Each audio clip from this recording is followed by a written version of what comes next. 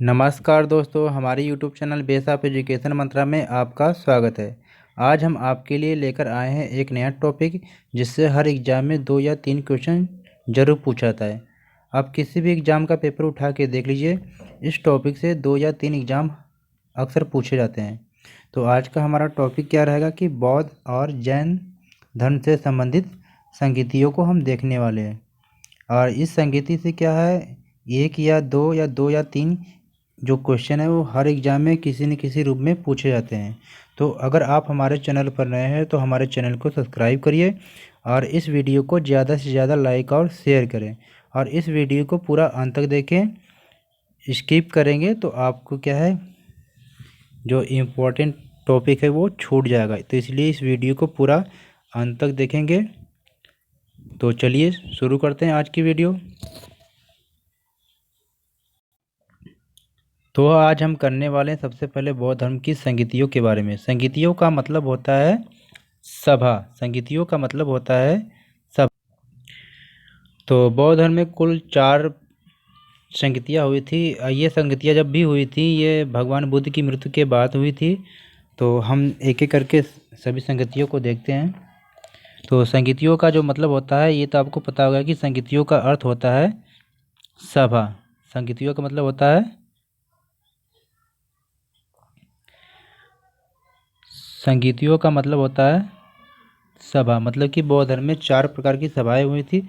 और जो प्रथम बौद्ध संगीति हुई थी ये कहाँ पर हुई थी कि राजगिरी की एक गुफा थी, सप्तपदी गुफा थी, ये उसी में हुई थी। कब हुई थी? 483 ईस्वी पूर्व। ईस्वी पूर्व मतलब कि ईसा मसीह के जन्म के 483 साल पहले। और जब ये प्रथम बौद्ध संगीति हुई थी तो उस समय जो इसके अध्यक्ष थे महाकश्यप या कहीं कहीं मई कश्यप भी मिल जाता है, तो इससे आप कन्फ्यूजन न रहें। और ये किसके शासन काल में हुआ था? अजातशत्रु मतलब कि हर्यक वंश का शासक था। हर्यक वंश मतलब कि एक ऐसा वंश था जिसमें क्या है कि प्रत्येक राजा अपने पिता को मार कर या उसकी हत्या करके गद्दी को प्राप्त किया था। इसलिए क्या है, हर्यक वंश को पितृहंता वंश भी कहा जाता है। और इस संगीति की जो प्रमुख घटनाएं थी, इसमें क्या घटनाएं घटी थी?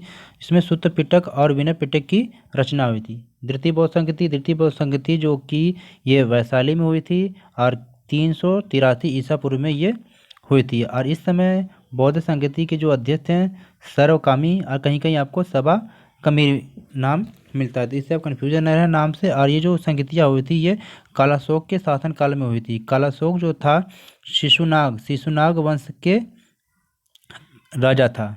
और इसकी विशेषता क्या है कि जो बौद्ध संघ था ये क्या है, 2 भागों में विभाजित हो गया था, स्थविर और महासंघिका। तो इसे भी आप याद करें। और ये जो बौद्ध संगीतियाँ होती हैं ये बहुत ही महत्वपूर्ण है एग्जाम की दृष्टिकोण से। तो इसे क्या है, इस वीडियो को 2 या 3 बार जरूर देखें। अगर आपको PDF चाहिए तो हमारे टेलीग्राम ग्रुप से ले सकते हैं आप। तो तृतीय जो बौद्ध संगीति होती है पाटलिपुत्र में हुई थी। और ये कब हुई थी? 251 ईसा पूर्व में हुई थी। और इस समय इसके अध्यक्ष थे मोगलीपुत्र तीस। और शासनकाल था अशोक का। अशोक मौर्य वंश का शासक था। और इस संगीति की जो विशेषता थी, एक अभिधम्म पिटक की क्या है, रचना की गई थी। चौथी बौद्ध संगीति हुई थी ये कुंडलवन में हुई थी। कुंडलवन कहाँ पर? आपके कश्मीर में है। और ये ईसा की क्या है, प्रथम शताब्दी में हुई थी। इसका जो समय है ईसा की प्रथम शताब्दी में ये हुई थी। और इसके जो अध्यक्ष बनाए गए थे उस समय वसुमित्र थे अध्यक्ष। और एक बार ध्यान रखें, जो अश्वघोष थे ये उस समय के उपाध्यक्ष थे चौथी बौद्ध संगीति के। ये एग्जाम में अक्सर पूछा जाता है कि इसके अध्यक्ष और उपाध्यक्ष को पूछा जाता है। और ये किसके शासनकाल में हुआ था? कनिष्क के शासनकाल में हुआ था। जो कनिष्क था ये कुषाण वंश का शासक था। और इस बौद्ध संगीति की जो विशेषता थी क्या है, बौद्ध जो संघ था ये 2 भागों में क्या है, विभाजित हो गया था। हीनयान और महायान। हीनयान और महायान 2 धर्मों में क्या है, विभाजित हो गया था। जैसे संघ कहें या धर्म कहें, बात एक ही है। तो जो बौद्ध धर्म था ये 2 भागों में विभाजित हो गया था, हीनयान और महायान।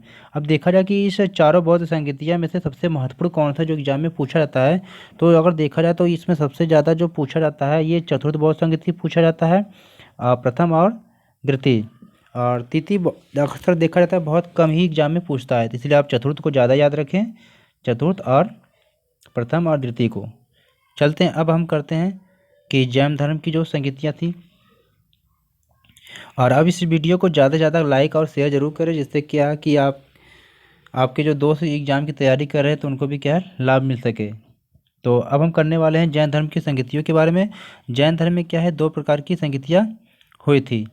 तो जैन संगीतिया का अर्थ आपको पता ही कि संगीतिया का मतलब होता है सभा। तो इसमें प्रथम जो जैन संगीति हुई थी ये आपके पाटलिपुत्र में हुई थी, 300 ईसा पूर्व में हुई थी। और इसके जो अध्यक्ष बनाए गए थे या उस समय थे स्थूल भद्र थे। ये चंद्रगुप्त मौर्य के शासनकाल में हुई थी, जो मौर्य वंश का शासक था, या ये कहें कि चंद्रगुप्त जो मौर्य था ये मौर्य वंश का संस्थापक भी था। आप जानते हैं कि ये चाणक्य की मदद से इन्होंने क्या है नंद वंश के जो अंतिम शासक घनानंद को इन्होंने हराया था और ये मौर्य वंश की स्थापना किया था। इसकी विशेषता क्या होती कि ये श्वेतांबर और दिगंबर में विभाजित हो गए थे। द्वितीय जो जैन संगीति हुई थी ये वल्लभी में हुई थी। वल्लभी कहाँ है आपका, ये गुजरात में। और इसका टाइम था 513 ईस्वी में। और जो इसके अध्यक्ष थे क्षमा श्रमण।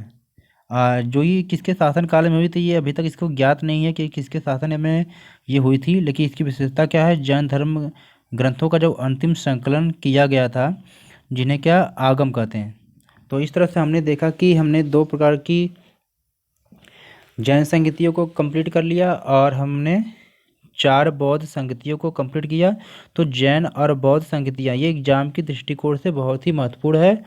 और अगर आपको इस वीडियो की PDF चाहिए तो हमारे टेलीग्राम ग्रुप से जुड़ें और आपको वहाँ पर PDF निःशुल्क आपको मिल जाएगी।